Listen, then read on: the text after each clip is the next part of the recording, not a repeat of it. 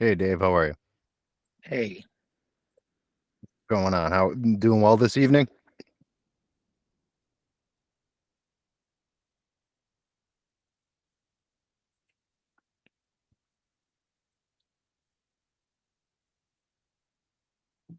I coming through okay?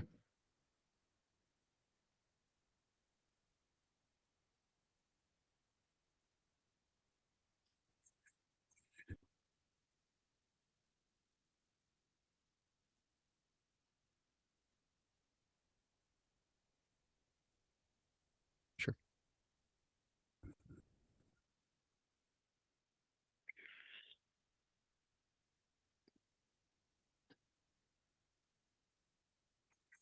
hey, can you hear me? I don't hear anything. Yeah, I can hear you just fine.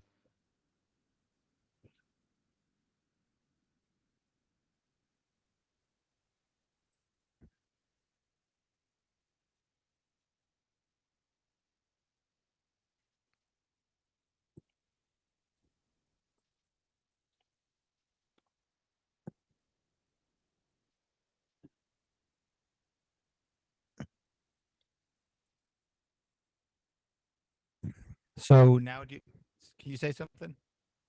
Yeah, you hear me at all? I hear nothing. So I'm Oh trying to boy. get fancy with this by using a real microphone, but hmm. Let's see. So you don't hear me at all? Nothing? So I don't hear a word. You hear me though? Yeah, you're nodding yes, but I don't Yeah. hear you at all. Let's Okay. figure something out. Why don't I hear anything? Um,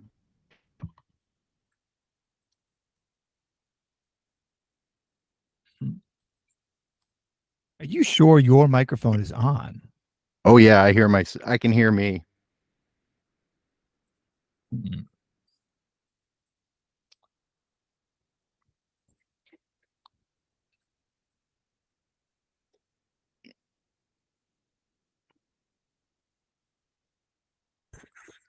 Give me a second because I might just go completely. I might go a different way on this.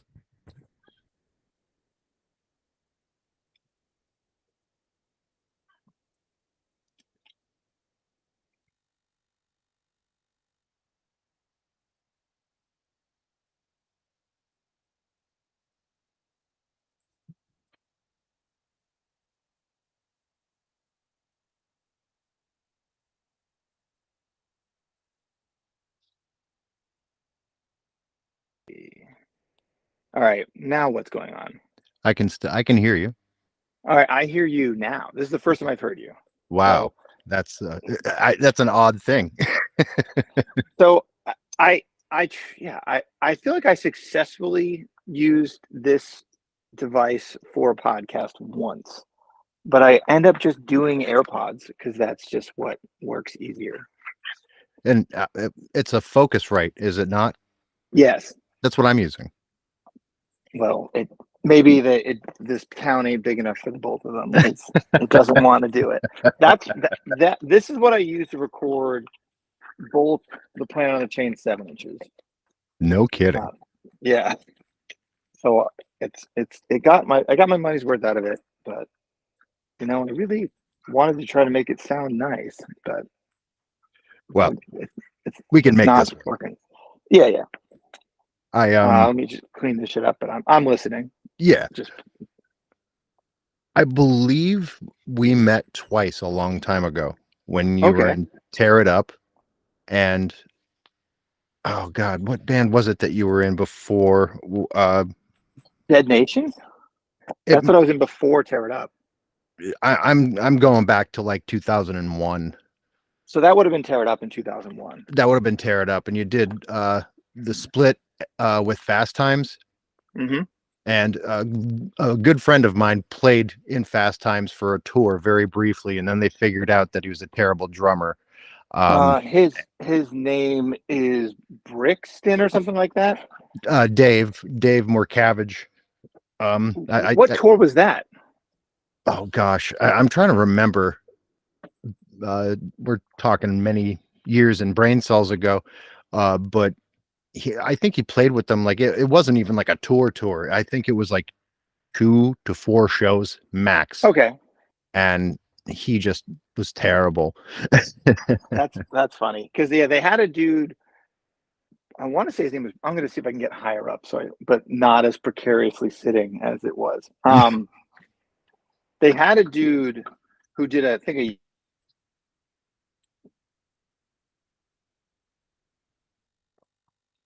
Uh-oh. Lost you, Dave.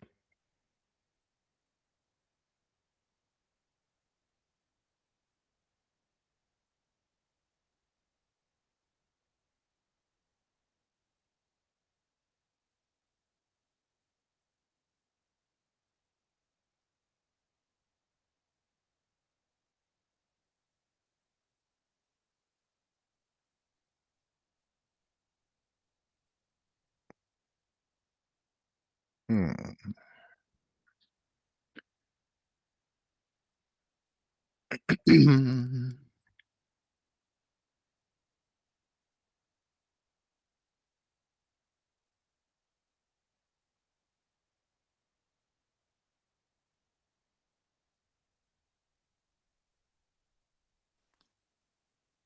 All right, I don't know what Okay. happened there, Yeah. but now I Guessing. feel like I'm at like a regular height, right? Like this looks normal.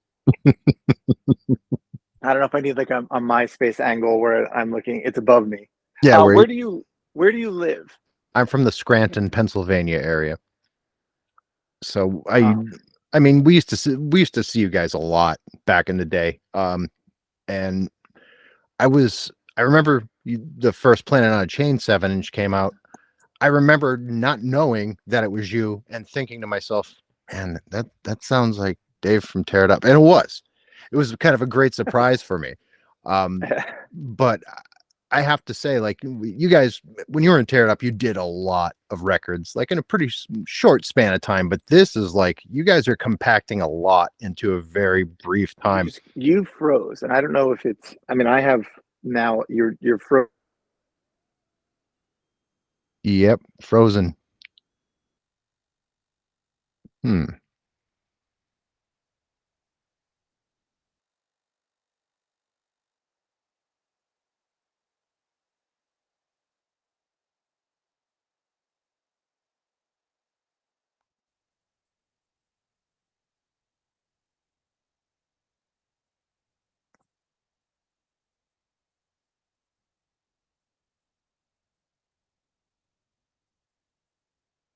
Can you hear me now?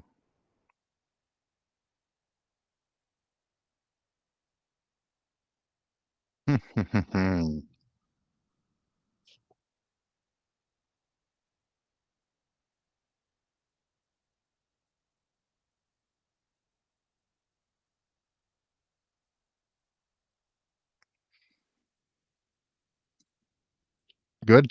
I don't know if. I mean, I'm in a room. I haven't. My computer's not moving. I don't know what's going on. Yeah, bad luck, I guess. I don't know. Okay. Are you still in the Scranton area? Yeah. So you never sadly. left? Oh, I left. I left. Okay. I moved to New York City, then returned, due to my own folly, really. Okay. But you know, it's home is where my mom is. Got it. But I'm kind of blown away by the fact that you guys got so much done in such a short period of time. I mean, how does that work for you guys, especially since you're in Texas and everyone else is pretty far away?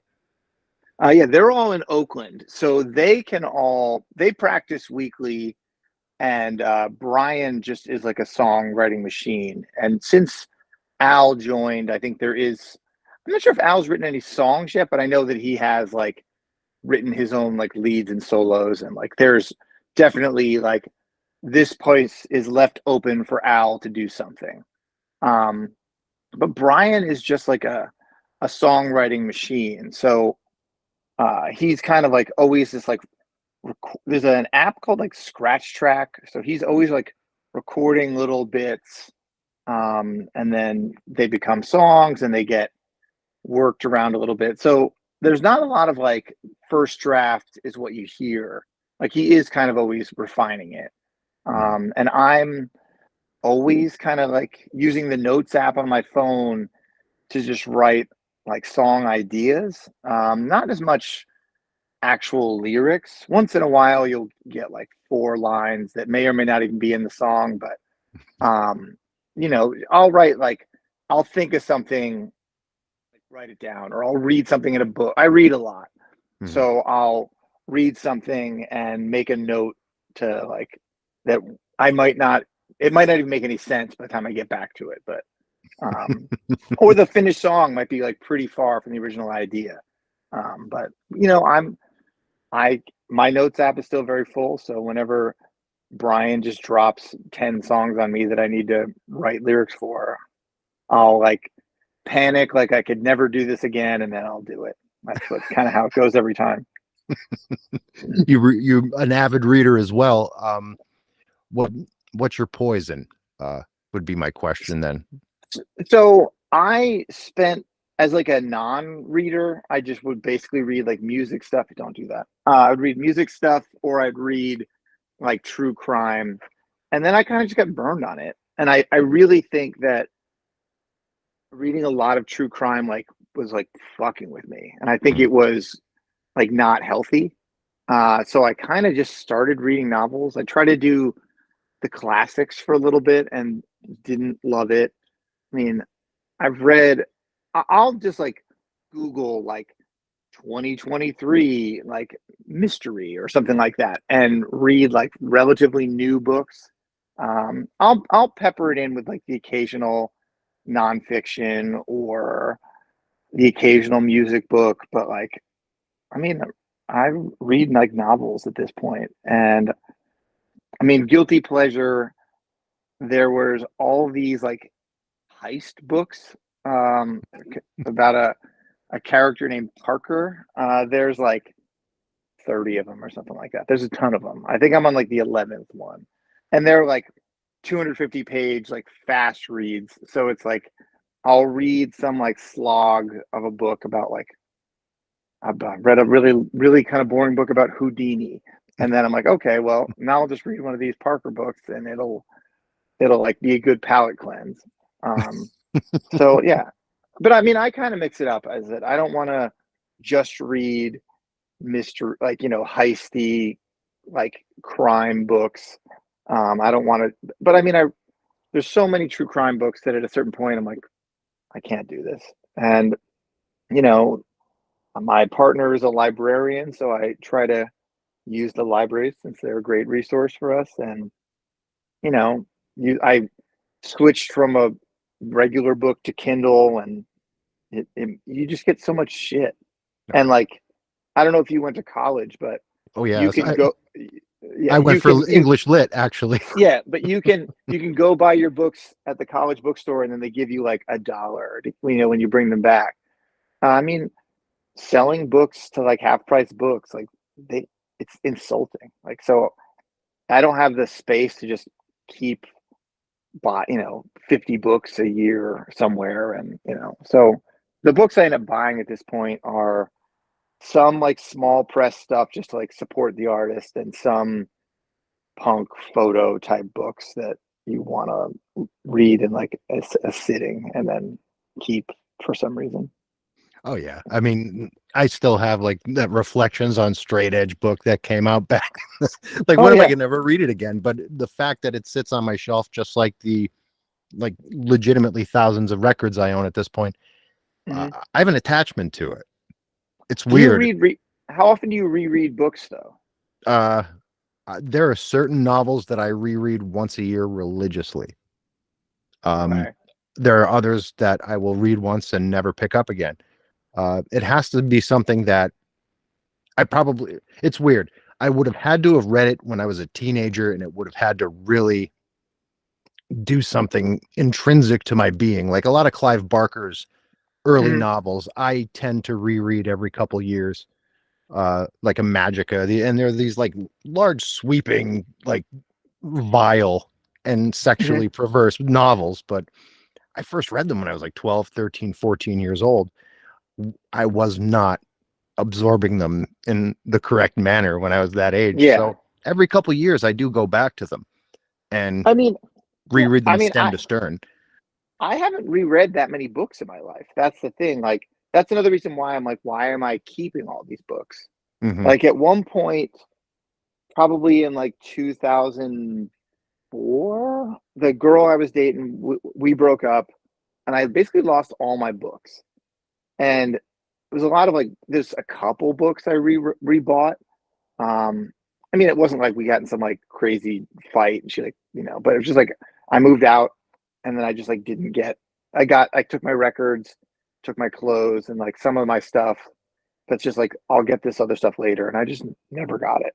Um, but like the amount of books that, like, so some of those books I lost back then I rebought, some of which I reread, some of which I bought and just still haven't reread because Hmm. you know, when am I going to read Lords of Chaos again? But you know, Right. one But day I will.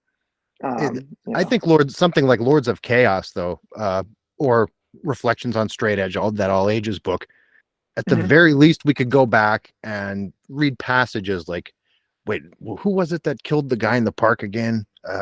In Lords of Yeah, Chaos, you know what I mean? And at least that there's that resource, and take into consideration that movie that just came out a couple years ago. Be like, yeah. that's not like the book. See, but But I outside mean, of that, I read that book in a, you know, in a pre-streaming world. hmm, So like, there's a lot of that stuff that you'd never hear, and I wasn't gonna like try to buy those records.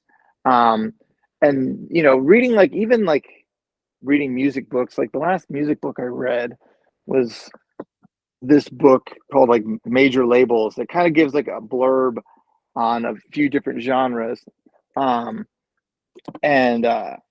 it's, you know, it makes you kind of curious about certain aspects to like, well, maybe I do want to listen to like this James Brown record or something like that. All right, I'm going to let my dog out of the room because now he's just like, why did you bring me in here? Yeah. Get out of here. There you go.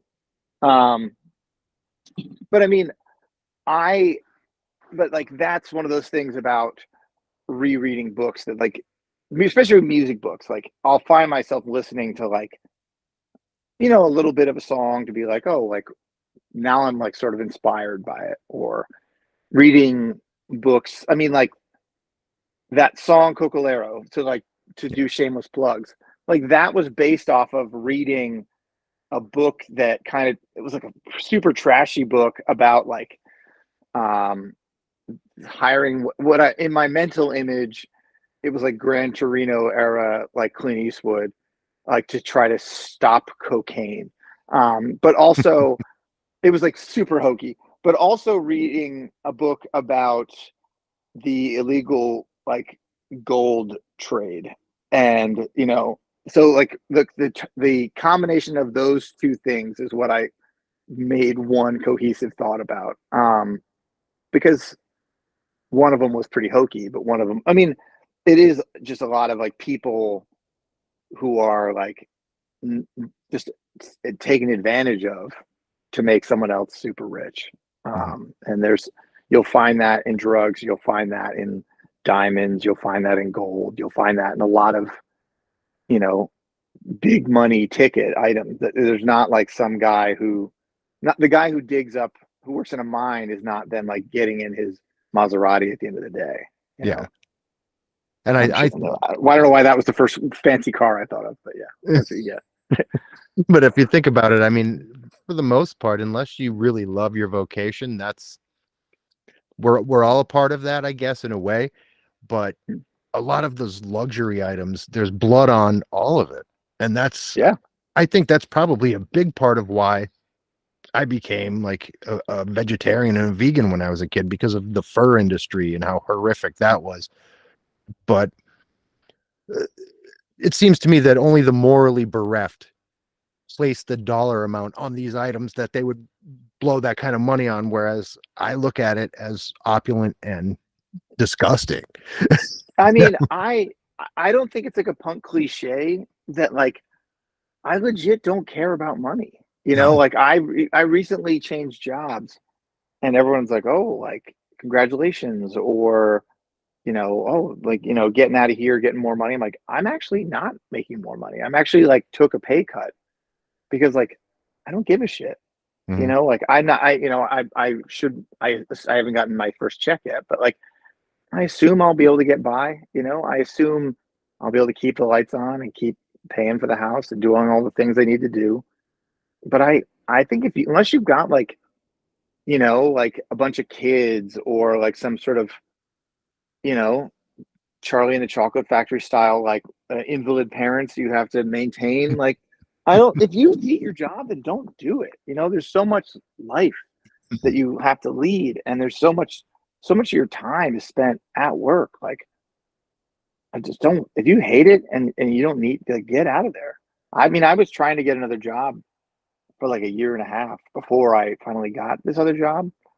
But, you know, like I spent time just trying to only really go for jobs that I could do. Like, I'm not trying to like, once again, I'm not a bullshitter. So I'm not going to try to get a job that I'll be bad at. Right. But I want a work-life balance, and I want to just be able to like go to work and then fucking go home, you know? So that's a pretty mean feat in this day and age. Yeah. And yeah, to tell you the truth, I feel the exact same way. The only reason I aspire to any sort of financial gain is because of my children and my wife. Otherwise, like left to my own devices, I would legitimately do what I had to get by and write and make music, because that's currency to me. Yeah. It's obviously currency to you. I mean, obviously, look, there's something about that means more. And I think not just culturally, but spiritually, like I have a spiritual connection to music that can't really be transferred financially or Mhm. in any manner. I would like to think that that's probably why you're still making music and playing in hardcore bands all these years later, Mhm. because it's fulfilling something and you're tapping into something. Do you think you could kind of like spell that out for me in any kind of way? I mean, I want to release. I want like that catharsis from being able to play. Like I don't. I mean, I'm not some crazy introvert, but I also don't think that I want to like entertain, so to speak. You know, like I don't think of myself as that kind of like extrovert. I just don't give it like if you need me to make a speech, I will. And it's Mhm. not because I want the attention. I just don't care about I don't have that like nervousness about talking in front of people or crowds or any of that. Um I like playing shows though. And it's not a matter of like I mean Play on the Chain is not a band that like everyone like knows the lyrics to or anything. It's not like it's some, crazy like ego trip. It's just I think it's fun. Um and I mean none of the band if you really think about it, no band I've ever done has been like huge.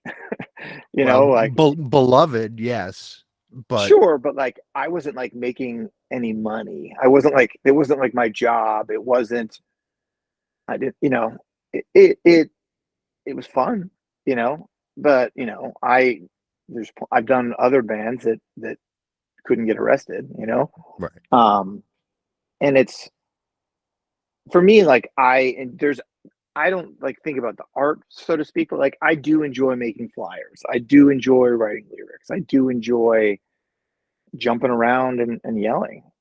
I can't do anything else. Like I can't sing. I can't play any instruments. Like I'm not saying I'm opposed to people that like do other genres of music. I'm not sitting here just listening to hardcore with my time. But I can't do anything else. So I've never, other than I did this band Pagan Rituals for a little bit, that was more like slower, like punker. I don't want to say gothy because I don't know, but it was like darker. Yeah. But like it's still you could put it on. It's definitely still me singing in it because I can't do anything but one thing. I think the people who enjoy it though really enjoy it, and Mhm. it speaks to a certain kind of person. I listen to all of the Planet on a Chain stuff. I think of not like nardcore bands. I think of Infest. I think of Mhm. Youth of Today. To me, it's not just one sound, one style. And I know this new record is even more varied from what I've Yeah. read about it thus far. I haven't gotten to hear any advanced copies yet, Mhm. but to me, there's a lot of sphere of influence around this band that's not just like we're a youth crew band, we're this revival band. To me, it's an amalgamation of everything that you've all sort of enjoyed over the past however many decades, and it's not in like an intentional we're going to do this song this time. It just all kind of happens the way it happens. Yeah. I mean, I don't think that it sounds Yeah, I mean, I don't think that it like sounds like these are rejected Talk Is Poison songs or these are thrown away Look Back and Laugh songs. And Mhm. I mean, I think it sounds like, yeah, this is what we're writing. And like Brian is older than me, and Brian is still like buying new records and like listening to stuff. Like I am still like checking out stuff on Bandcamp, and like I don't buy nearly as much. Like I got asked today about like record stores, and I hate that I'm not hitting record stores as much at this point. Like I'm generally not buying old stuff, and I'm generally like buying directly from labels. Like I'm gonna just like order stuff from Bandcamp or order stuff. Well, generally Bandcamp is like how you like get the like, oh, because you bought this Iron Lung record, like here's another one, or you bought this from Convulse, here's more. So like there is, yeah, I still am getting new records in the mail. And I'm still like we did those 4 shows with Destiny Bond, and then like I like ordered records from bands we played with just because I didn't want to carry them then. but I wanted them. I just didn't want to like figure out how to like get them back home on like a Southwest flight. Right. But I mean, I personally like, I'm game to like talk about old shit and talk about, oh, I saw this band or I didn't see that band or whatever. If you want to talk about like 80s records that I clearly didn't see those bands, but like I like love some of the music, for sure. But I don't want to just like live in the past. Like I don't like, I appreciate what you said about Tear It Up and things like that. But at the same point, like, I don't want to just be like, you should buy my current band because I did a band you liked 20 years ago. Not the you in general. You Right. know, like, I get it that labels and promoters and people need anything to sell something. So they are going to put the ex members of stuff. But like, did you hear like Martin from Los Crudos' like most recent band? I listened to it and didn't know it was him because he sings kind of different on it Yeah. until you get through it and there's the song that he talks. And I'm like, well, that's Martin's talking voice. Like I've heard him talk plenty. Yep. And then he's like, I listened to this whole record. That's like near the end of it. I was just listening to new music. I didn't know it was like the dude from Los Crudos' current band. It was just like, yeah, this is cool. And oh, look at that. It's a dude I know, it's a dude who's like music. It's a band that I drove from New Jersey to Michigan to go see, like, Yeah. and it's like, yeah, it's him. That dude's way older than me, still just like doing new shit and doing shit that doesn't sound like Limp Bizkit, that doesn't sound like Needles, it doesn't sound like Crudos. Like he's not just doing the same thing he's always done. And that's, if I could do more with my stupid voice, I would do more. But But I'm glad you mentioned that, you made that statement, because the way I found Planet on a Chain, it wasn't like no one told me. I didn't know. I heard, oh, this is a great 7-inch. I got it. And then I figured out it was you. Mhm. I already liked it. And I made this statement with, I was talking to Damian Moyle from As Friends Rust, and we both agreed there is as much great hardcore and punk happening now than back in 1988, back in 1993, or whatever heyday someone thinks they had. I don't think I have any sort of claim staked on any sort of like scene coolness because I'm an old guy. I'm just an old guy. I happen to be there at the time. Yeah. But come on, no one's really putting that much shine on 93 though, right? I mean, come on. That was a dark time. It depends on the Victory Records set. They really loved that era. Anyone who says that, I just say dead guy and move on, because to me they were the one, but they were the heirs of Rorschach's throne, so I was gonna like that. But I did not like Dead Guy at the time, really, because I was like, I mean, I saw them, but I was like punk as shit, so like it was not what I wanted. I didn't see Rorschach, but I don't think I would have liked it. And hearing it like as like a 19-year-old or whatever, like it makes sense. But I think hearing it, if I heard it at 14, I wouldn't have cared for it. Unless yeah, that makes sense, especially if you were more on the punk end of the spectrum. But I was. I mean, like, I like Resurrection more now in 2024 than I did in 1994. Actually, so do I. But I mean, there was the whole Krishna thing, and that's No, but I mean, I bring this up whenever I can. I have no stake in Death Wish or there's a little bit of New Jersey pride, so to speak. But like when Death Wish did the reissue of the Resurrection discography, and they like actually got it mastered correctly. Like if you didn't care for it in the early 90s, like I recommend people like go back to it because it's cool and it makes sense and it sounds good. Whereas like the New Age version sounded like shit. Oh yeah, it definitely did. But when Death Wish put that all together, it really was kind of it was a different life for it. Mm-hmm. And a lot of people bitch about that sort of thing too, like, oh, you took away this, and like, no, I'm sorry. You clean up the mix, it's great. Thank God I can hear it. if you want to complain about like Still Psycho after all these years and like other funny like when bands re-record records, but like they just cleaned it up. It's not like it's not even like Chain of Strength where they threw the like True Till Death at the beginning of it or took out the drum intro. Like this is just a cleaned up version of like the original thing.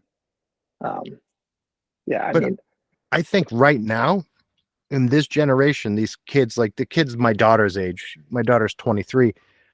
I think they're making some of the most interesting music the genre has ever seen. A lot of them, you know, and I celebrate that because I got to a point, you know, maybe in my late 20s where I just stopped giving a shit for a little while and I just listened to the old stuff because it was dark times. I was starting to really feel like, man, I don't see eye to eye with this anymore. It doesn't feel like me. And then about 8-10 years ago, it started to really kind of get good again. Yeah. And I feel great about that. I don't ever want to be the person who's like back in my day, because I hated it when the guys, when I started going to shows, would say shit like that. It's just, I think it's a better world all the way around, personally. I think there's ebbs, for me, there's ebbs and flows of like my finger on the pulse or my like real interest in it. And there was never like, other than the pandemic, there was never like a period of time where I like didn't go to shows for a long period of time. I mean, I lived in Tulsa for a year, and even there, I probably went to like 6 shows that year, and that includes like I drove to St. Louis twice. I went to Oklahoma City a couple times. You know, like I drove far because like I don't know that I went to 5 shows in Tulsa. You know, maybe 5, but that I'll include like seeing like DRI at a rock club or like working a Cannibal Corpse show. But like for the most part, you know, like, yeah, I mean, there's periods of time where I'll get more into things or not. It just also depends on like what's going on, you know, as far as what's coming through or what's popular enough that like it tours to keep you motivated. But I do agree that like the last few years right now, like there's a lot going on, and there's kind of something for everyone in the best way, and not in a way that like it's nothing means anything, but like, you know, if you want to go see like Disclose worship, you can. If you want to go see like kind of like buzzbin 120 minutes bands, you can. If you want just like this weird aspect of the P.O.A.C comp, you can. You know, like there's a lot out there. So yeah, I mean, I think it's tough to say that you could just like buy everything from even any label, because I think there's wild cards on that everyone put. You know, not everything's for me, but yeah, there's still stuff I really like coming out, and there's like bands that I will travel to go see. There's band like as a 44-year-old, if I'm going to go see my family because they're still on the East Coast, I'm going to make sure there's something I want to go see. Oh yeah, you know, because why not? You know, if I'm gonna, especially in Jersey, my God, I mean, the scene was always like, there were dark times there too, but we went to Jersey a lot from the Scranton area to go to shows. I mean, yeah, God, we used to go to the Bouncing Souls house to shows when I was a kid, a pretty young guy. 67 Handy Street. Yep. Yeah. Go see Pedro. I love that guy. But there was always something happening in New Jersey. There was always something happening in this part of Pennsylvania, strangely. And then like New York and Philly, we're right in that special area where it's 2 hours north to New York, 2 hours south to Philly, or you could just shoot over to Jersey and you could be there in like an hour, maybe. It was a great area and a great time. But I think, you know, with the exception of a couple little things, it's much better. It's so much better. I think that what you guys are doing right now is actually almost you're fulfilling an itch that I don't think was really being scratched by all of the new bands that I really like now, because there's it's actually angrier, I think, than most of the stuff that's happening now. You still got it in that area. Yeah. Like I mean, I'm still mad, you know. Mhm. I'm still wound up that way, and that's like, that's why I do it, you know, in the sense that like, it's, if I don't do it for long, I'll get fucking stir crazy. Like I need the catharsis, so to speak. I need the release.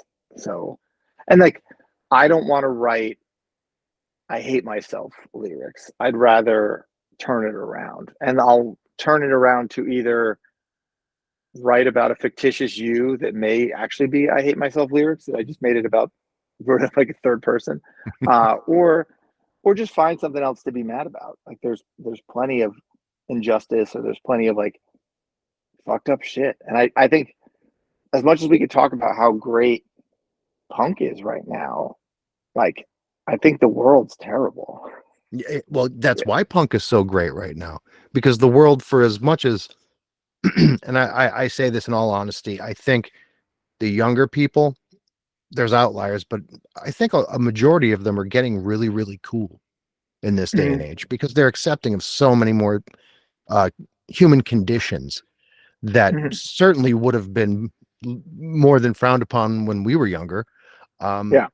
The kids are just cooler. Society, for the youth culture, is, I think, a lot more accepting. As a direct result of that, all of the geriatrics who are in our government are, if they're on the right, they're getting worse. And other countries, sadly, there's a lot to be desired. There's a lot of terrible things going on. I don't know how these kids have it in them, with all of the external pressure of the strife in the world and the strife in our government, to still have that mindset to be accepting and to put that foot forward. I don't know how much experience you have with younger people currently, but they're impressive. Yeah, I mean, I recently changed jobs, so now I feel like I'm mostly working with like older people. I mean, not like I'm not working with nearly as many young people as I did in my previous role. And yeah, I mean, people, I mean, I think it's cool that people can just be like, kind of like let their freak flag fly, and just like, this is how I want to be, and that's accepted. I mean, I'm in Austin, so I'm in like a weird liberal bubble in Texas. So I get it that like, you know, kids are bullied literally to death in the state directly to my north. But like, yeah, but there's a lot of people that are just like, this is how I want to be. And I think, as I mentioned, like being like capital P punk as like a teenager, like, you know, I went to my like 10-year high school reunion. Clearly this is a long time ago. And it wasn't fun. That's a little quick side note. But I thought it would be funny, and I like got it there, and I was like, I regret this immediately. But I remember having someone to come talk to me there, and just be like, I thought it was really cool how you like just could just do what you want to do, and like just didn't let people bother you. And I'm like, thank you. I don't know. I didn't think I was like doing anything super brave, just being like punk, you know. But I guess there are people that like, I mean, you can interact with people that like still like live with their roommate, when it's like, yo, you can be out. I hope, you know, I hope that you accept that, yo, it's 2024. Like, I hope that you can just admit that, like, who you are, and it's like, shouldn't be, people should fucking accept you. Yeah. And but you know, easy for, I'm a fucking straight white male, so easy for me to say all this shit. But you know, Yeah. I mean, I still think that I hope that people can continue to like just fucking be who they are. And like, I think that there are, gel, that's like their whole deal, is so much just like, man, just like fucking hardcore for the freaks. And like, it's true. You know, I don't want to see like little fucking Hitler Youth, like carbon copy anything. I think you should just like, it should be a fucking diverse crowd. Like, we just did those 4 shows with Destiny Bond, and like their audience was fucking great. It was like just like people that were just like fucking being themselves, and like not feeling like they had to fit into any fucking set of rules or little bubble. And it was like, yeah, these kids are fucking cool. And like, glad that they could watch these old men jump around too, you know, but they, you know, I think it was way more fun to like play to like that crowd 4 nights in a row. And that whole, I used to say this, so that's where I'm getting it from, but I remember playing in hardcore bands in my early 30s and saying to my bandmates, who were all in my general age group, like, we're the weird old guys at the show now, aren't we? Mm-hmm. And, you know, I don't even think that's a thing anymore either. Well, that's a weird thing, is that I remember being in my mid-20s, like early 20s, and they're being like, oh, this is like goes out to people that have like been around for 10 years, and being like, oh, that's crazy, you know, or like that person's 30, that's insane, you know. And it's like, no, that's like, and I don't know if that's good, that like they're people, I mean, bands don't break up anymore, and like there's a lot of people that are still like the scene has gotten older. But I think in the last few years, like last 5, if not less, it's like gotten young again. And I think that's great. And if I'm a fucking dinosaur that gets fucking walks out into the ocean to die, like fucking good, you know, like I'm okay with that, you know. I mean, as I said, I'm not doing it to like make it or anything, but like I just like doing it. But I'm glad that it's not just a bunch of people that look like me. But in the same token, although it is youth culture, Mhm. the music is still so new, relatively speaking, that who's to say a band in their 40s and 50s couldn't be the next thing, the next evolution of hardcore in punk. It was supposed to be about not having a set prescribed rule that, okay, Mhm. you have to be this, you have to do that. And I think that's probably one of the more inspiring aspects of your signing to Revelation for me, because it's like, yeah, they're still relevant. Like these guys are relevant. They're happening right now. That's not a rehash of anything. That's why you're signed to Revelation. That's why you're touring and playing shows with these younger bands, because that age thing, it's meaningless at this point. It really Yeah, is. It really fucking is. You're still pissed. You still have things to say, and in my opinion, you're doing the best music of your career. I think so Hands too. down. Yeah, Hands yeah, fucking down. yeah. I mean, I think that, and I'm not trying to just do full like Iron Maiden syndrome where you're like the newest record's the best one we've ever done. Mhm.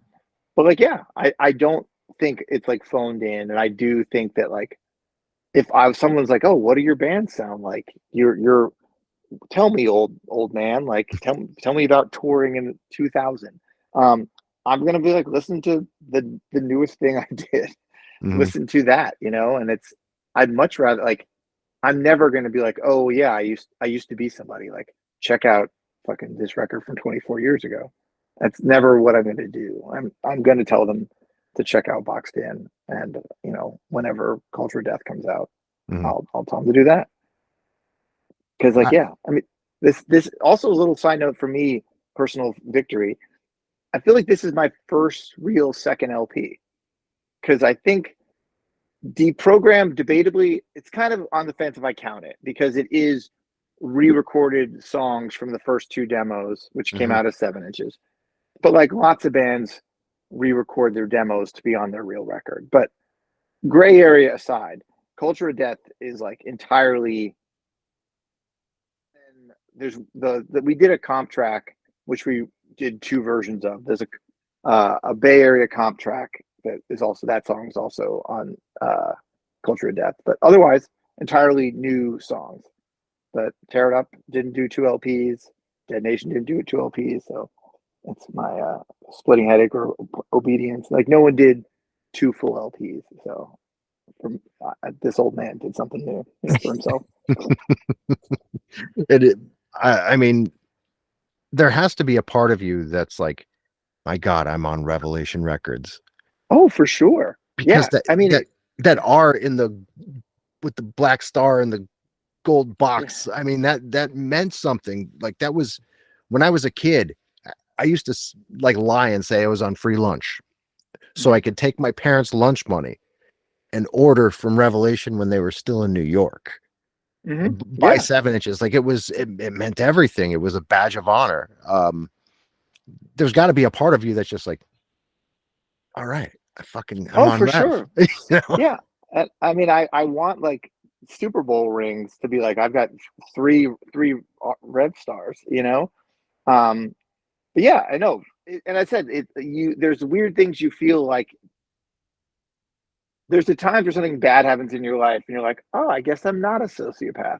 And there's times when you're like, oh, I'm like really excited to get like the test press and a Revelation Records t-shirt in the mail.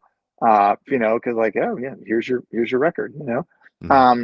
You know, that feels good, you know, that's to see my stuff in like the like email ad, like, oh, pre-order the record, like from the like email you get from Revelation for like with your fun fact and all that. Like, yeah, I felt super cool about it. Like the biggest label that I've ever been on is the band I'm doing now, you know. Yeah. But yeah, we played a show. Well, we didn't play a show, but we were on a show in LA when we were supposed to do 3 shows with Gorilla Biscuits. My flight got delayed 8 hours, so I did not make it to the show. But Jordan was there, so I was like, hey, thank you for putting us out, and thank you for Revelation Records. That was my only time meeting him, but you know, it's funny little things like that like after all, you know, being in punk for so long to be like, here's like a milestone. Oh God, that's one of my dreams. I know it's never going to happen for me because it's just not going to. But man, I'm actually happy for you due to it. But I have to wonder, like you said, when you were younger, it was punk with a capital P. But one thing that I always sort of ask people in one way or another, musicians, I ask them, what was the first record you bought on your own, when it doesn't matter what, you know, genre, whatever it was, but that first love, that first hit of adrenaline, you know? Well, I mean, I was like a child of heavy metal first. Mm-hmm. So like I was like, I mean, the first like tape I got was like Slippery When Wet.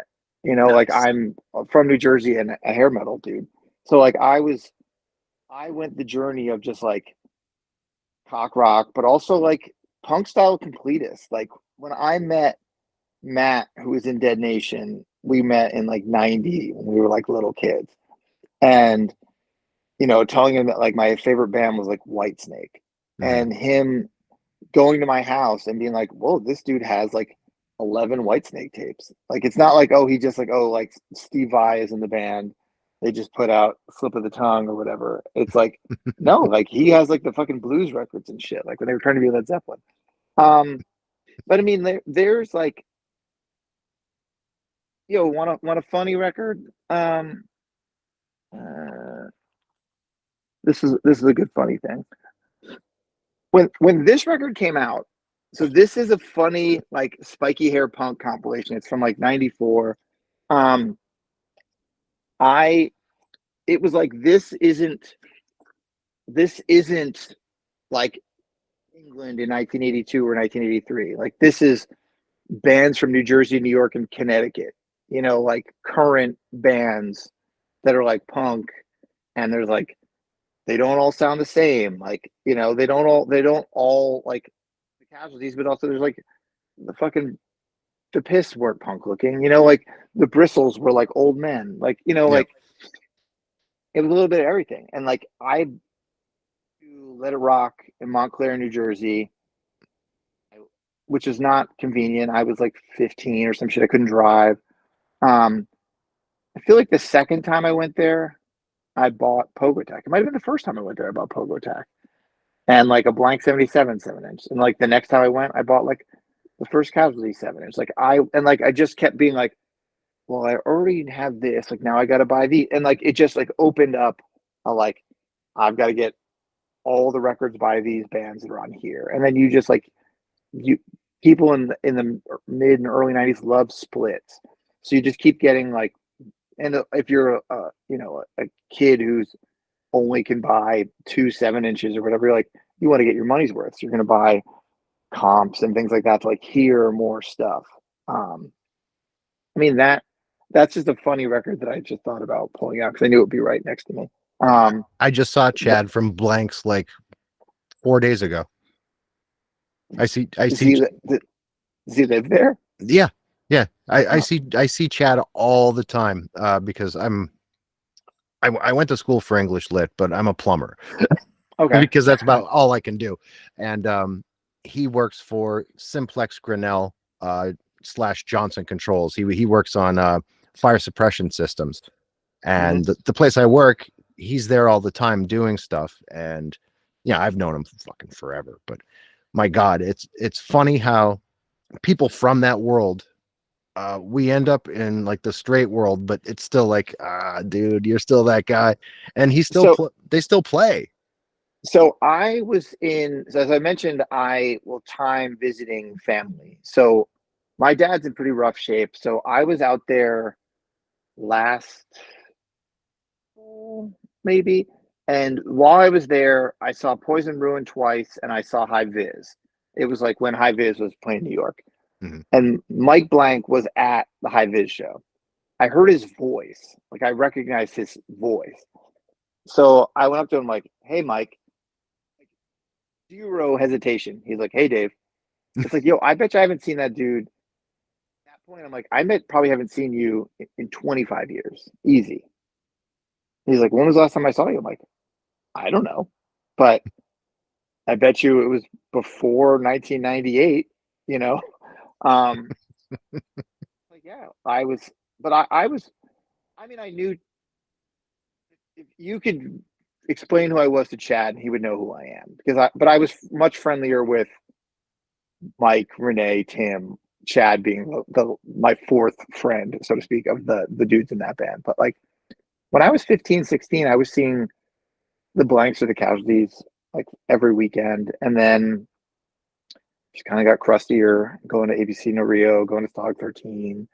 And then Dead Nation started. So I was then just like doing that, but also like playing shows. And then basically from 98 to 2003 did bands. So I was like doing stuff. So after Tear It Up broke up, I kind of like paused, but yeah, I don't know, kind of a digression, but like with like the spiky punk stuff, there was like records that meant like a ton to me. But then you get into more, I mean, I'll still listen to like, I'll still throw on like random crust records. Like I still fucking like love Nausea. I still love like the 84, 85, like anarcho, like stuff that's a little bit later. Like I think the Anti-Sect album holds up. I think there's so much UK, like I love Amoebics. Like there's some of that stuff that like means so much to me. Like I could, like this'll, shatter it, but like I don't have like a crazy record collection because moving across country and everything, like I sold a lot of stuff. But like it's not like I have 2 crates of records, which also contains a lot of like newer stuff. I still have the Pogo Attack comp that I bought in 1995. Like I still have weird stuff that like when I sold all my stuff, I didn't want to have like, oh, here's the most expensive records I ever owned. Like it'll have some expensive records, but it'll have like the second from Ashes Rise 7-inch. It'll have like the Piss 7-inch. It'll have records that just like meant a lot to me and still do. That I want to keep. And like it's not, because I mean like some of that shit, like I've rebought some records just to like have, because I like sold them because I just really needed money or got badgered into it, or just like had to like cut the cord. Like if I'm gonna keep this, like like I can't keep everything. Like I never had a Kids Leather say, so it's like, am I gonna hold out to like a record that even even let's be honest, 15 years ago was too expensive for me. Yeah. Like, that it's just like, all right, I'll break up an Exclaim collection because I'll just never fill that hole. And it's I still have a Jerry's Kids LP over there, but But now you could yeah, get like multiple copies of The Kids Will Have Their Say. I could, yeah.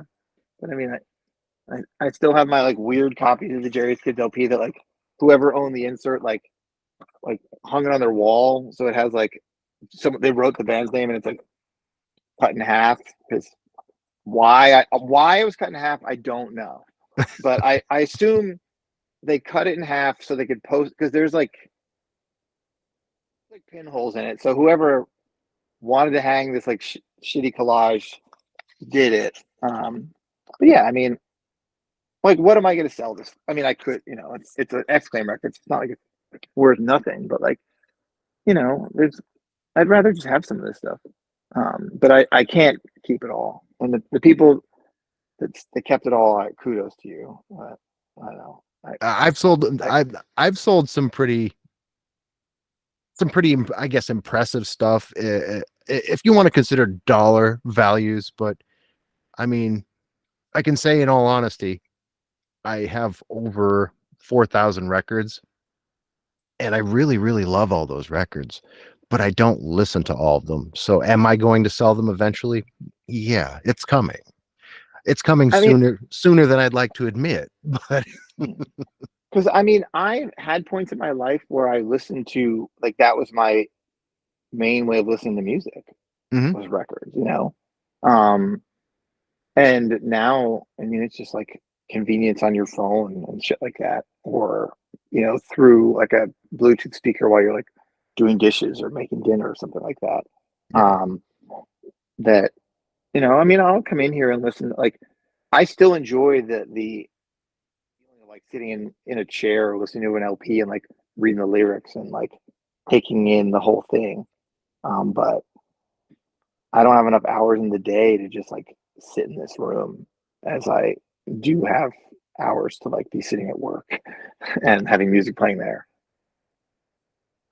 I think a lot of my, as much as records like legitimately do sound better in a way, I think a lot of that has to do with nostalgia for me. It's not a cool thing because now records are cool again now. But when I was a kid, that's what was around. That's what I could afford, because records were actually cheaper than CDs. Oh yeah. So I would buy the record, and I had all the time in the world. I was a kid and I had headphones on because my father flipped the fuck out if he heard what I was listening to. So you have this little experience. It's tactile. It's a connection. I don't have that kind of time on my hands anymore either. So it's fleeting, but when I get to do it, it's special. But yeah, but you're not gonna, like, if you're gonna go do plumber work, you're not gonna like bring a turntable with you. Fuck no. You could bring a job box if you want, or you just fucking put on headphones. Probably. I mean, I don't know if you probably could. I have no idea if you need to have your senses around you, but yeah, you do. Sadly. yeah. I mean, I now have like office-y jobs. When I first, like, my last job, when I first got it, I really tried to like listen to like lighter shit at work, just out of like, what if someone walks in my office, and then I just didn't I slowly, like, I just don't give a shit. Like, like, I'll listen to like a death metal record. If someone walks in, I'm still going to pause it. I don't think I think they don't care. I just started a new job, so I haven't quite figured out. I mean, I haven't figured out my my music listening yet, because I'm actively like learning how to do my job, so I kind of can't. But yeah, I mean, I listen to music like every day, because whether it be while doing house shit, or whether it be at the gym, or I don't know, like, I haven't had a real commute in a while, also, as a real like weird brag. Like, I lived like a mile from my job that I just did the last 14 years, and now my nice. My commute's 2 miles. So really, I doubled my commute. But I took a pay cut and doubled my commute, but it still took me like 11 minutes to ride my bike there, so it's really not a big deal.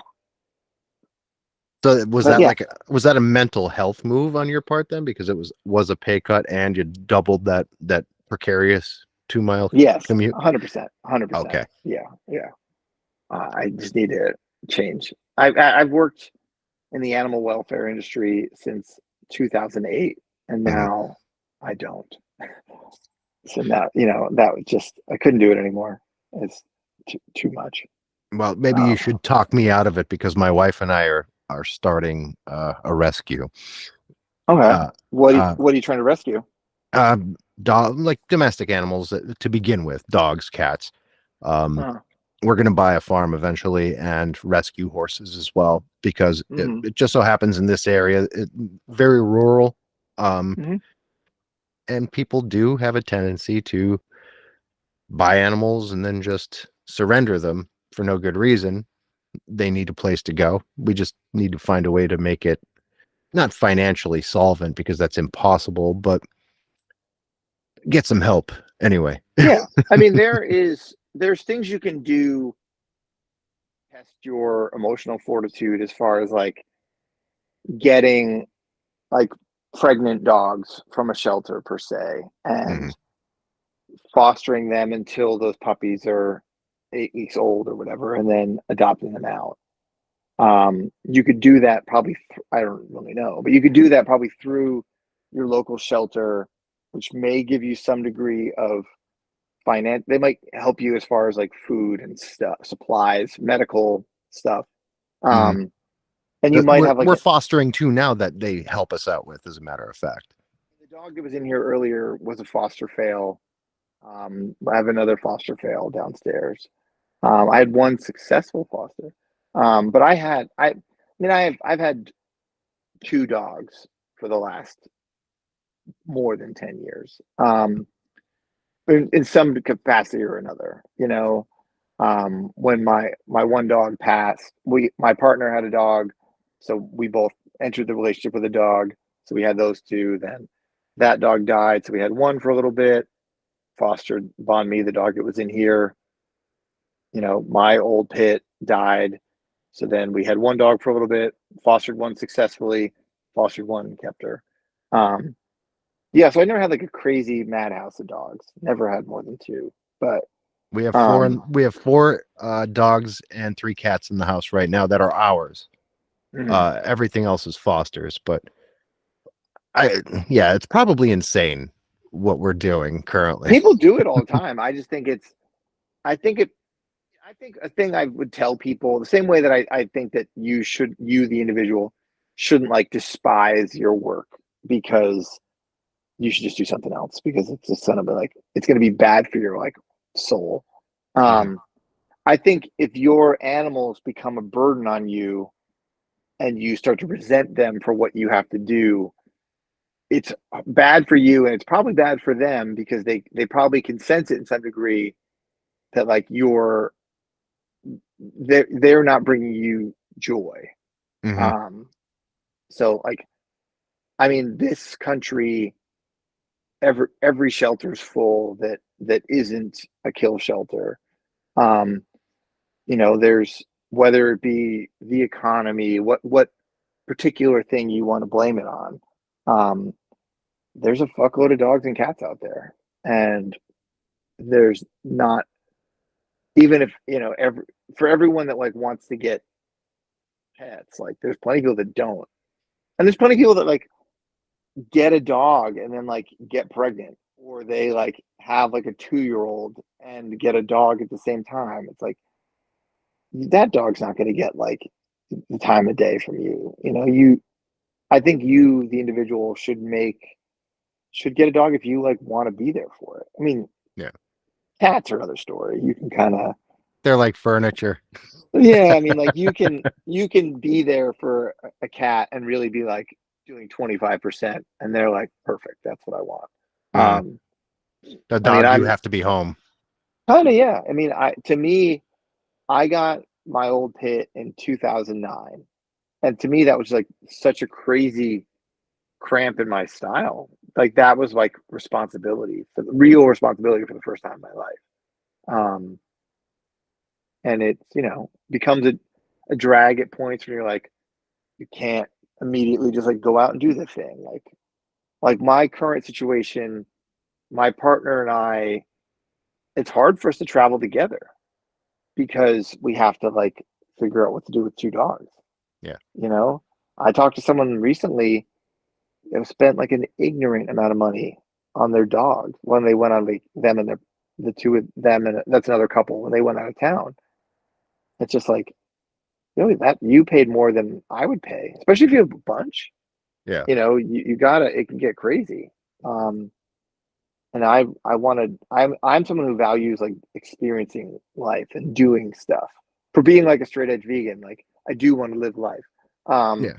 So I think it's having like, for us, it's like it can be challenging to like not be the person in a relationship that does all the travel, and you don't want your partner, like my partner did 2 different trips without me, one solo, one with another friend. I'm like, yeah, I mean, like I don't want them to just sit home while I go like tour or go. Even I have friends that I'll travel with too, Yeah. because, you know, like there are people that I've known for 20 years that we're still friends. We want to like go do nature shit. Yeah. But I mean, I'll never not have a dog, you know. That's still, at the end of the day, like I get it that might have sounded like a PSA on not getting pets, but I'll always do it, you know, and I'll keep doing it, you know. I wouldn't get into a large animal. That seems like I just don't have, I mean, I grew up in North Jersey, and then I never had horses. I don't know shit about that. Well, I did. My wife always did, apparently. Mm. But I mean, I couldn't not have a dog. I couldn't not at this point in my life. yeah, agreed. I did animal control for like 10 years. And when I would have to do horse stuff, it's like, I don't know shit about horses. Like, I didn't grow up with this shit. Like having to like drive a trailer and stuff like that. It's like, I didn't have like a boat as a kid, and I didn't go, I didn't have any of this. Like, I learned how to do this like when I drove a trailer from New Jersey to Oklahoma when I moved, and I had to tow my car, and all my possessions. But like, I don't know. But like, I think that shit's, I'll take a pack of dogs any day of the week over dealing with a horse. Wow. I have no idea. They're easier. Well, maybe not from your point of view, because you were dealing with it from a whole different angle, but they're actually, it's like a big dog, really. Yeah. You know what I big mean? dog, you can like kick your face off. You know, like I don't know. Oh, they can kill you for sure. Oh yeah, 100%. Yeah. I don't know. I don't know how many horse related deaths there are a year, but I don't want to find out. How many? I witnessed 4 lifetimes so far. Watch someone get killed by a horse? Watching, they're not jockeys in the form of horse racing that is at my current work. I work for a casino / racetrack. I've worked on and off for that racetrack for over 25 years as their plumber.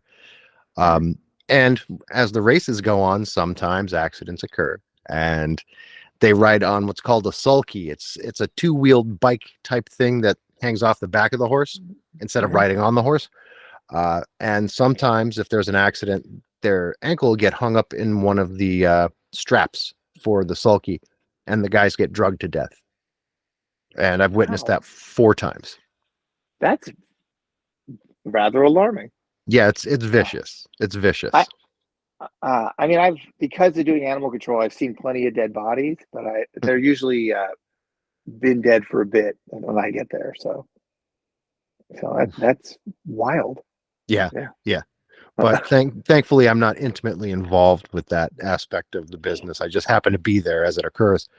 I could totally imagine why getting away from doing animal control would be pertinent to your mental health. I mean, I got out of animal control during the pandemic. August 2020, I switched jobs, and then I was over all the vet techs. So I was supervisor of vet services for 3 years and change. Like as I said, it's whatever it is, February 2024. And so August 2020 to February 24, I did vet services. And I did private practice vet tech shit in New Jersey, Oklahoma, and when I first moved to Texas. So I did it but that was a long time ago.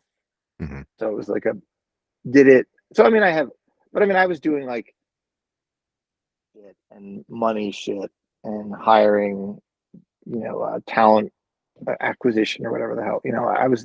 I was doing boss shit, not like setting catheters. Right. Yeah. Thank God. Yeah. Yeah, I was never good at that. If you want me to, I can get blood, but I'm not good at setting catheters. Even when I was like a full-time vet tech, I was never good at it. I don't think I'd want to be good at that. But Yeah. kind of to go back to the new record, because I don't think we talked Sure. enough about it, and I want to plug it at least enough. You know what I mean? Because I know it's going to be amazing.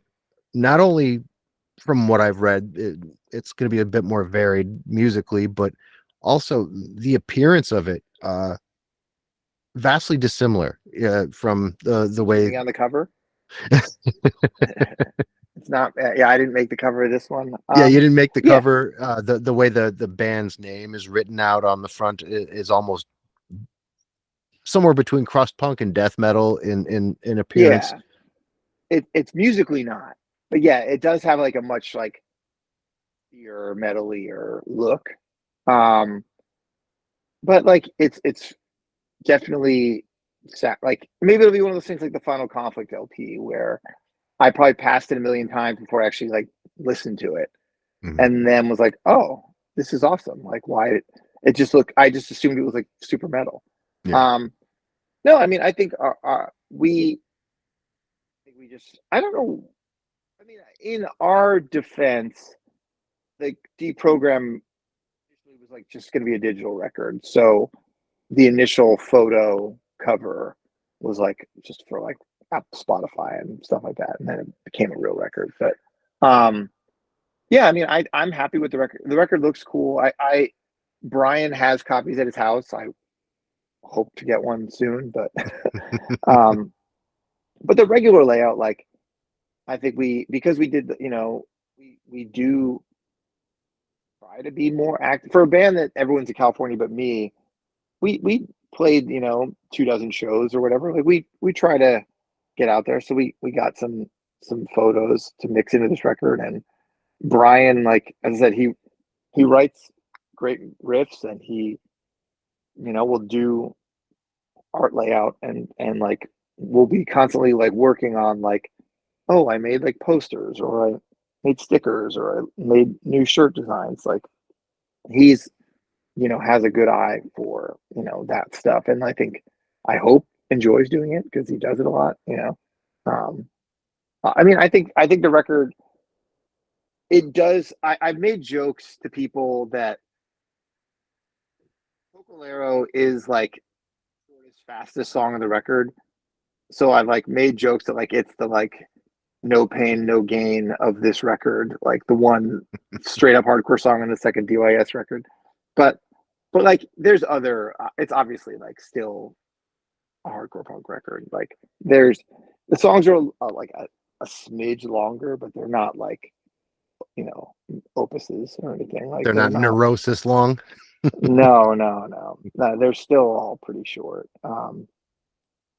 Yeah, and I mean I recorded the vocals for this record and deprogram here in Austin, so it's also like a little bit like less stress. Like I did boxed in California, so I flew out there, recorded the vocals, played a show, and flew home like in a weekend.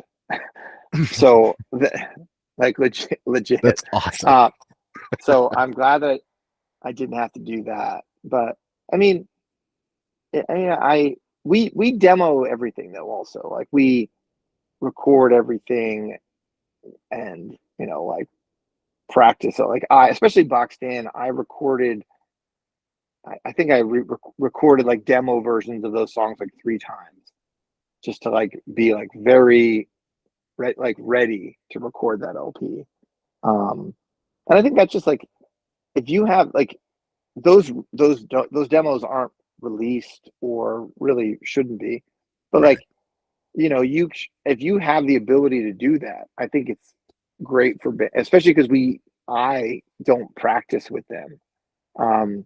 I think it's important if you have the ability to like try recording those songs a few times, because it's not the same as recording, like practicing, where you can see all the people around you. You're just in a room by yourself with headphones when you actually have to go record that thing.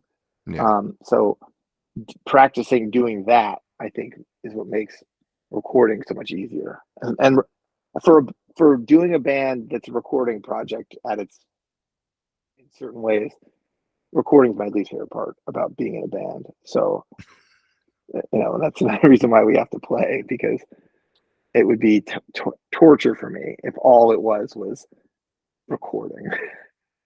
It takes a certain special someone to enjoy having recording projects. I think you have to be like one of these guitar virtuosos or something to that effect, or at least a singer-songwriter. To me, recording in a studio is always a means to an end. Like, okay, now you know what we sound like, sing along at the show. It's about the show. Yeah. And I think I'm not a perfectionist in like almost any aspect of my life. So I think recording is one of those things, especially in the moment, where I want it to be fucking over. So, but I know that I can't be good, but like, I need to have someone else there to be like, do that again. You could do that better, or like, yeah, man, you got to fix that. I need that person there. So recording without anyone else in the band there is also kind of fun for that reason, because I don't have that. But I mean, we recorded Boxed In with Jack Shirley, and that's who recorded the music for all of them. Super chill, like nice guy. Like I enjoy, if we ever do a 7-inch, I will probably record with the rest of the band, just because like I did enjoy being around the dude and like watching the sausage get made, so to speak. But for a 12-inch, it feels like too much of a, like, I want the ability to like hear their actual tracks and like practice to that. You know, because even if you demo stuff, tempos are going to be slightly different. You know, things are going to be a little bit tweaked.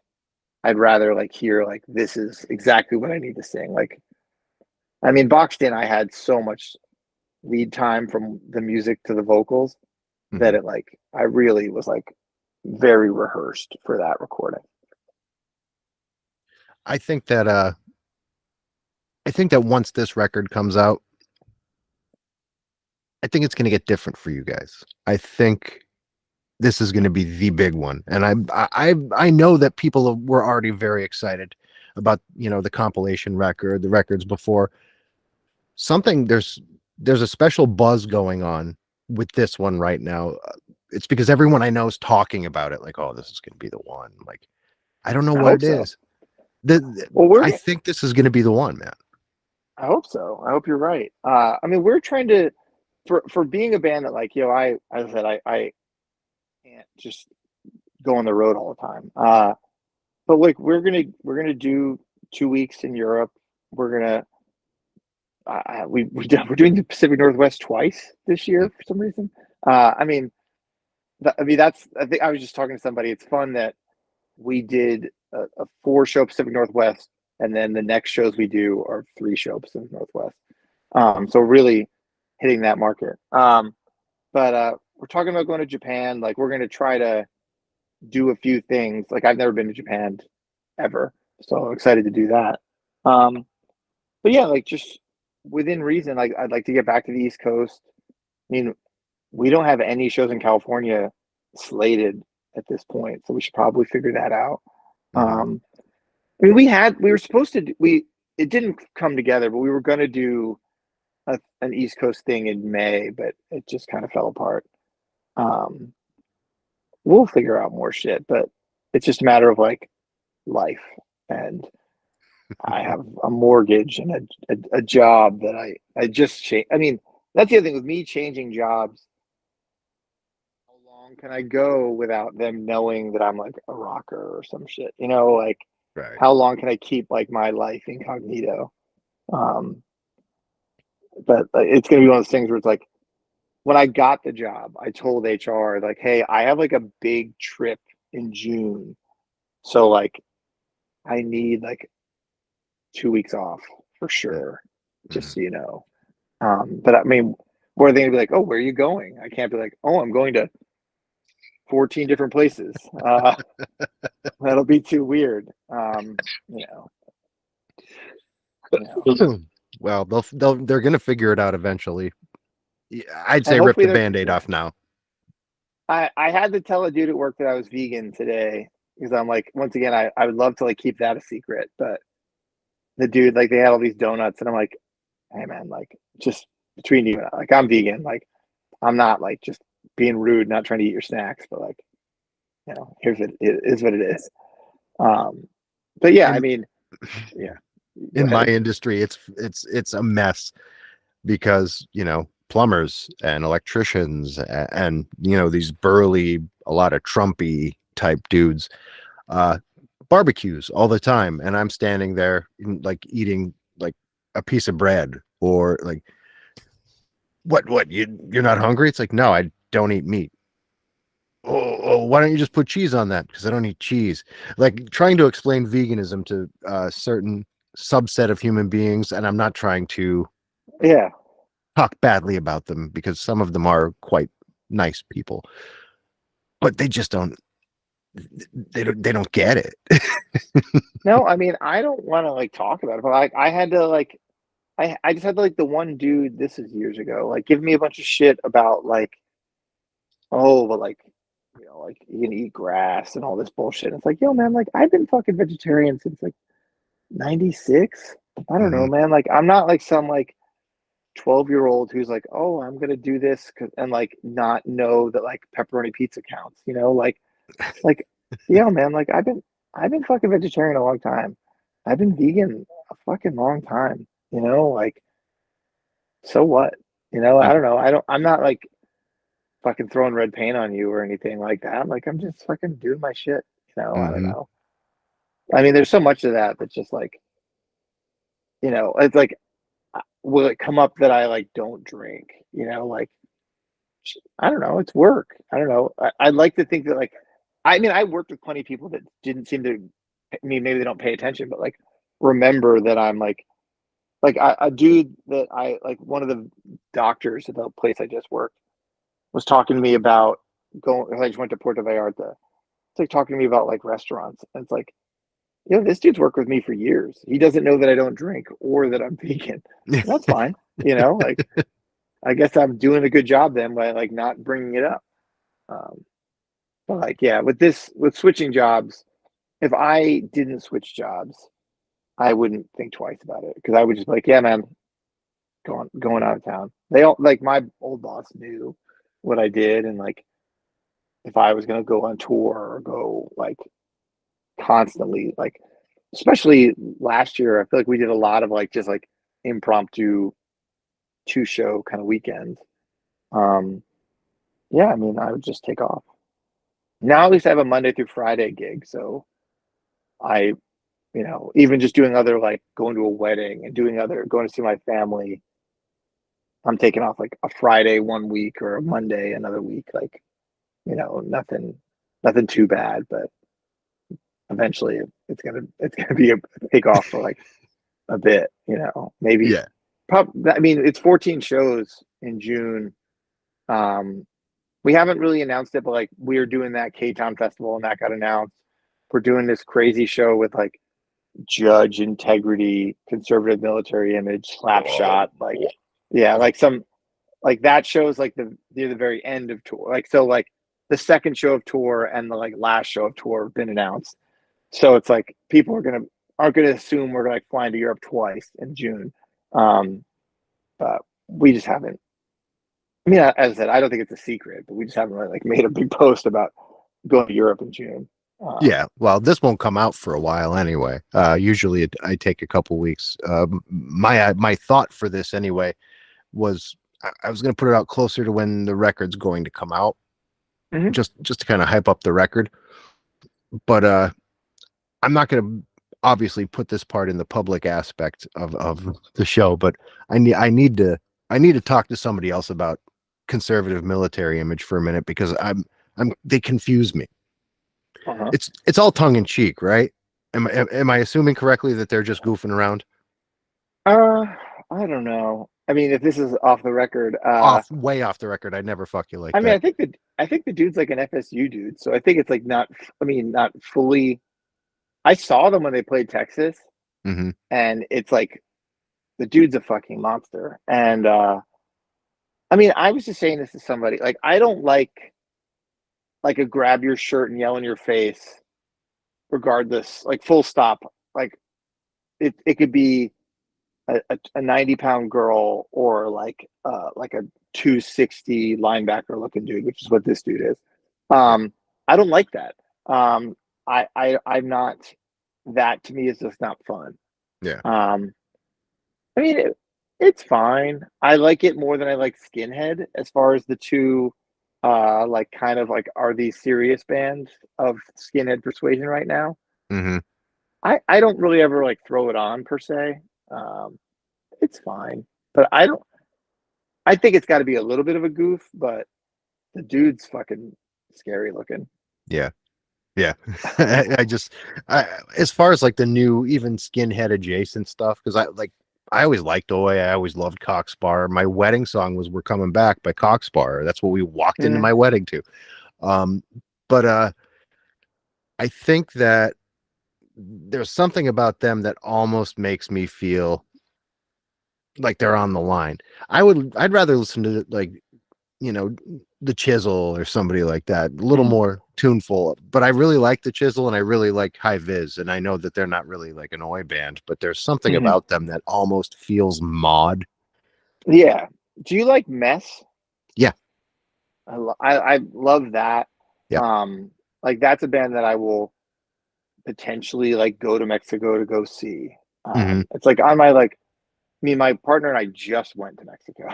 But like, we talked about it like, hey, like, I think it was like right around like too much shit going on, like where they did they played like Mexico City, and was like, well, maybe we'll go. But we didn't pull the trigger on it, and it ended up being like an extremely hectic time in life. So I'm glad that I didn't. But I mean, I was like a dude going to the Pipeline every Thursday. So like I was way in the punk shit, way in the skinhead shit. But yeah, there's a lot of it right now. And some of it's better than others. Like I think like I like the band Concrete Elite is from here, like in Austin. They just put out a new split, and I think their side of that split is like their best stuff probably. Like there's Liberty and Justice from Houston that I think those dudes are cool, and I think They're good. Yeah. and Ryan has other bands, like I think The Burden is like a little bit more like integrity, like hardcore, and he's got Trash Mags that's also like a little different but cool. Like there's stuff going on around here that I like, and it doesn't all have to be like the same thing, it doesn't all have to be like I said, I don't, it's not like I can say like, oh, I only like Gel, I only like Baton Arme, like I like Poison Ruin, I like, I like all sorts of stuff that doesn't sound the same, like High Viz, they played Austin. I saw them when I was in New York. Like, I'll throw the record on. I think it's cool. I curious to see what they do next. I think that's like, there's like just shit. There's a lot of stuff going on that's like, that isn't like, if they're ex members of anybody, I don't know who they are. Yeah. It's not Yeah. like No. They are, but like they were British, like tough guy hardcore bands that I admittedly knew very little to nothing about, and even if I did, I probably wouldn't have liked them, Yeah. you know. But what they're doing now, I think it's interesting. I mean, I think that Static Shock, like there's a bunch of cool British shit. Like I like listen to the Flex LP Hmm.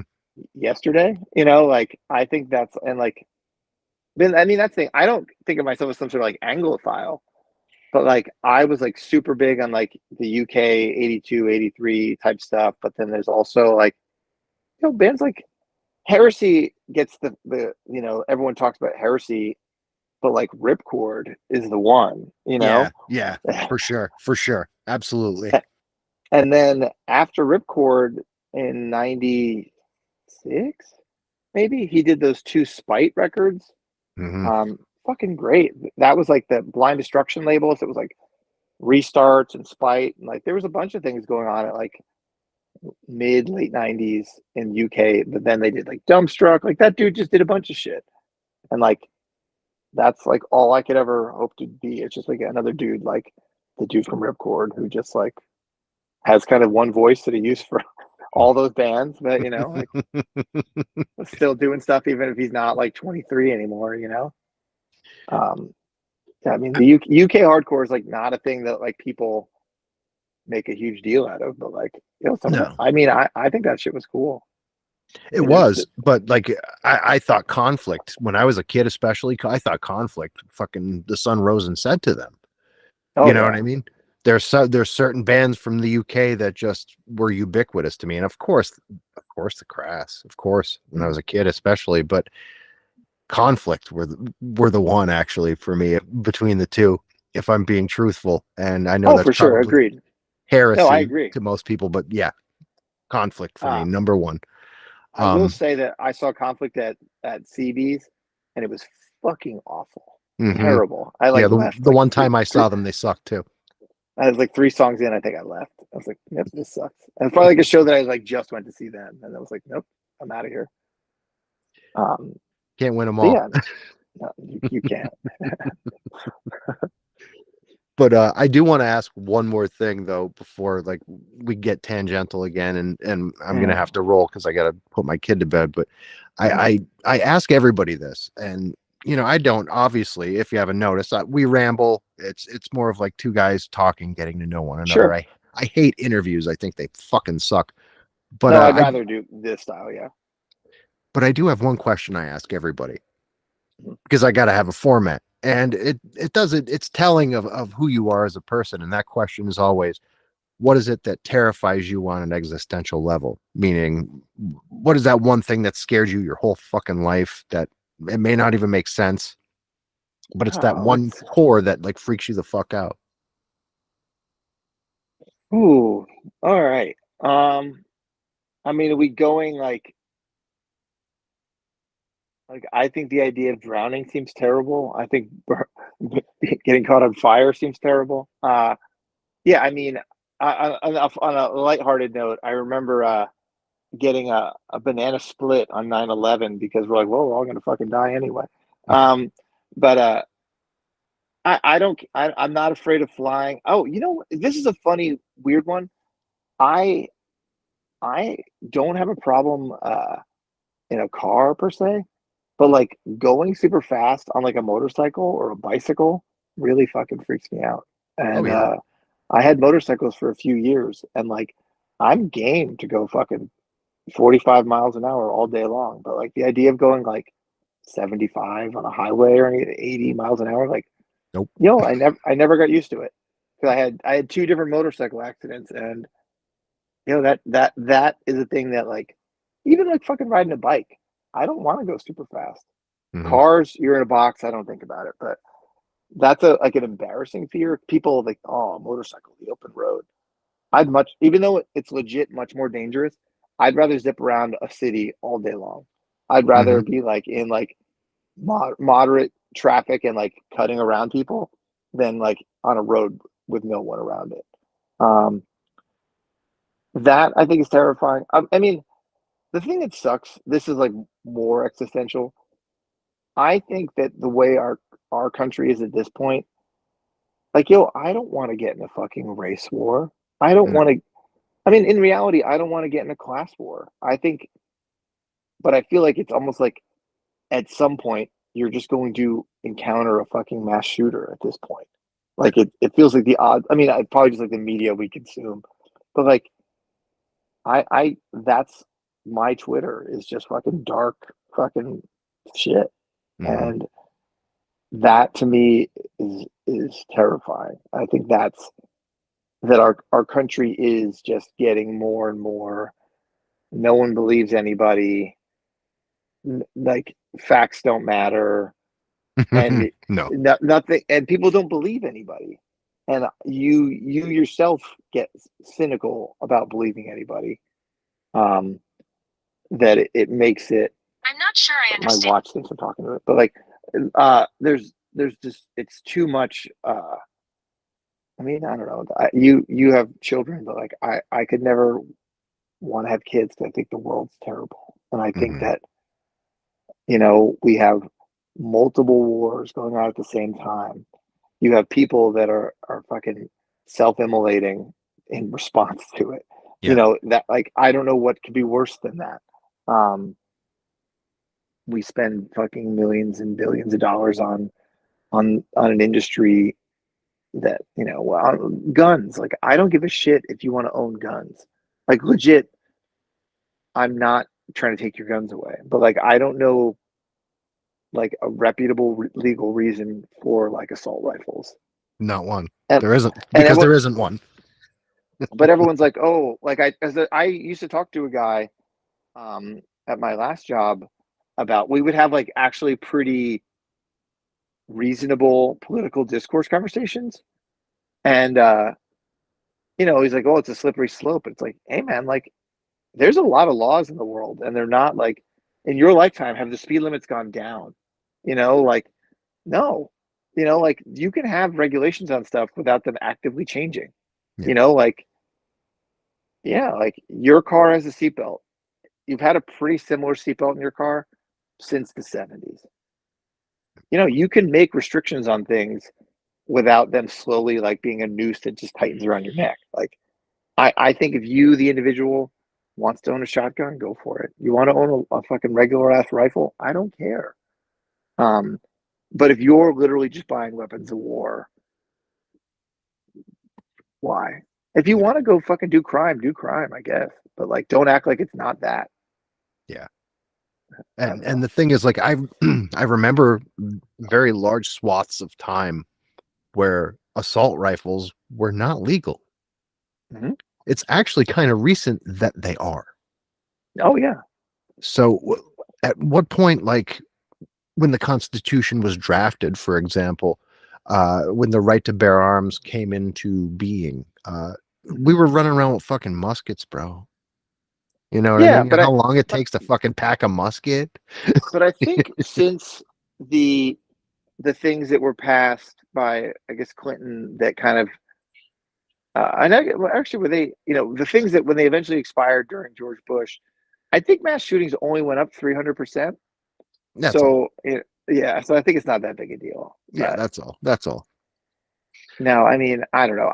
I'm earlier today, I was just like essentially reading my mother's Facebook about, like, I keep Facebook just to really like keep tab on my mom and my dad, but like quasi like January 6th, like supporting shit. It's like, yeah, this is like this is the world we live in, that like you can, I mean, I watched that on my phone while it was happening. Like it was definitely a Wednesday because I knew I was in a weekly meeting I had at my old job.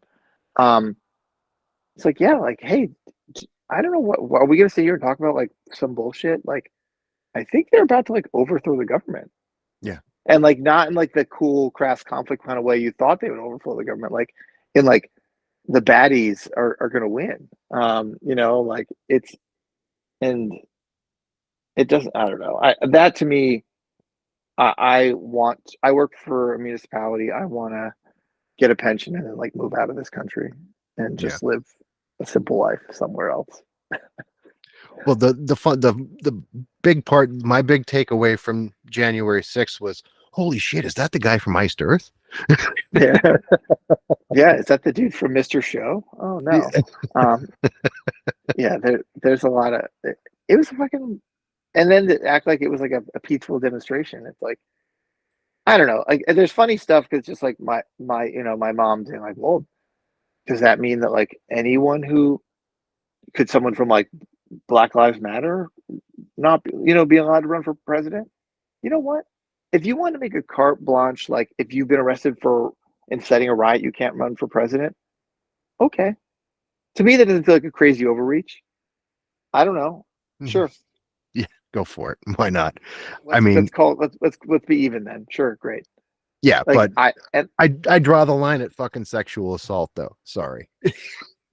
oh, I mean, the thing is, like, none of that, like, what the amount of things that happened with Trump's campaign that's just like, oh, this is the one that's going to kill him. No, none of that shit matters. They don't No, care. no, because he comes out and says, no, no, that never happened. That's not the way it happened. And they're like, see, he said it didn't happen, so it didn't happen. Yeah. Have they all become, well, I'm sorry, I shouldn't even ask that question because they have. But there's a documentary. I'm sure you've seen it actually at this point. This woman, younger, talks about how her father basically started at Democrat and started watching Fox News and got completely brainwashed by Fox News. And I personally know at least 3 dozen people who suffer the same mania from watching Fox News. What the But I fuck mean, are they?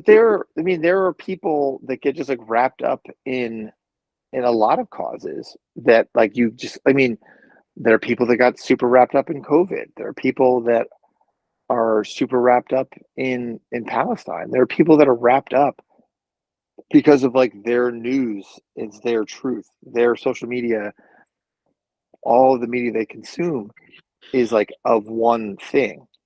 I mean, I had a funny so as I said, my dad's in rough shape. So I spent a week with my mom, or like 4 days with my mom last year, which the last time I spent 4 days in a row with my mom, no idea when that was. Yeah.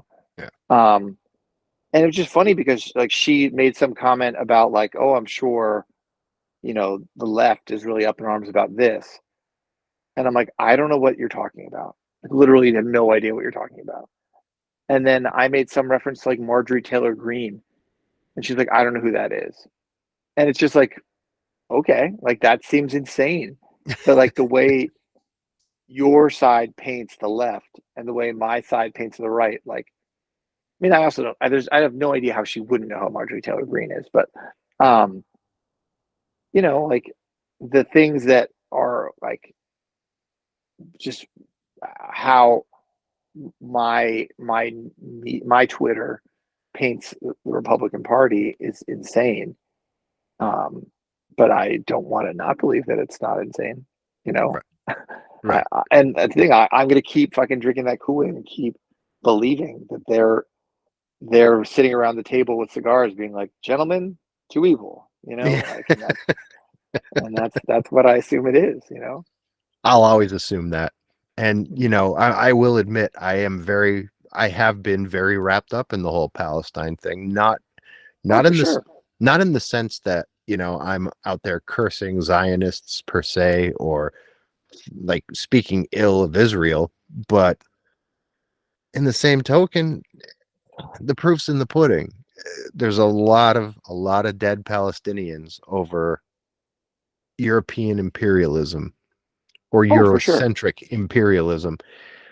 Uh, but I don't think things are definitely served up to paint a certain picture on every front, but I don't think the way the left politicizes their message is quite the same as the way the right does it. I think there's just an aspect of evil on the right Well, that I just mean, exists. It's nefarious, in my opinion. oh, I agree. I mean, I don't claim to be a Middle Eastern expert, but that said, if it's not a genocide, I don't know what it is, you Yeah, know.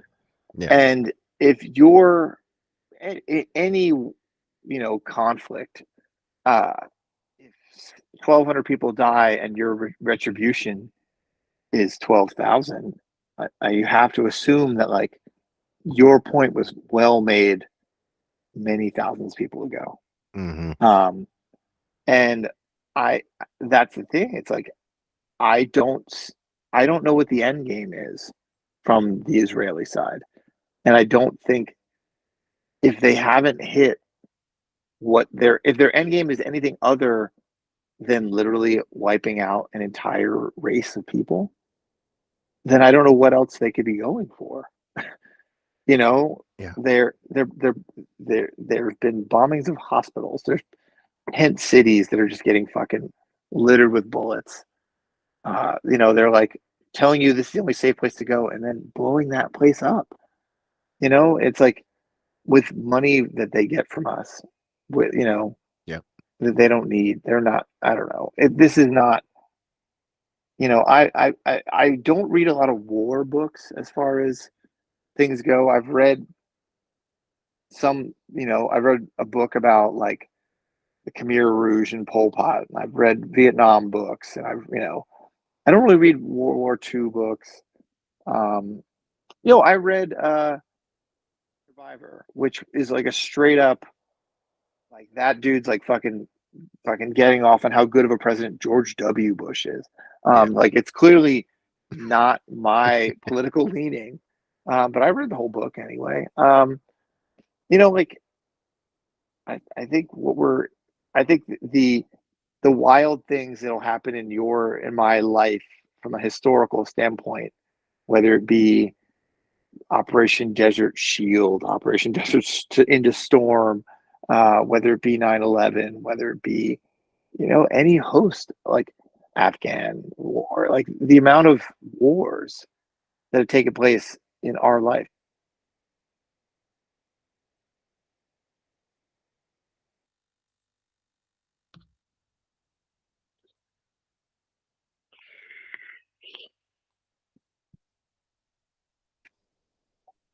I don't know what just happened. Hey, there I am. Do you hear me? I think my headphones literally just died. One of my headphones is dying, if not is not dead. So that's another sign that we should stop. But Yeah. I mean, I think there's so much that has gone on in just my 44 years that I can't imagine. I don't think it's going to get better in the next 44 years. It's not. But you should buy, I think on April 7th, I'll have a new record out, a Revelation record. Yeah. On April 7th, if you want like that. If you want a vacation from feeling miserable about the deplorable state we're in, buy the new Planet on a Chain. Thank you very much. Yeah, I had a great time talking to you. When the next record comes down the pike, would you please come back on and maybe we'll talk about something a bit sunnier? I'll come back on whenever you want. I don't need to be promoting anything. I don't care. I appreciate that. I had fun too. Thank you so much, Dave. It was a blast. Yeah, thank you. Take care of yourself, my friend. You too.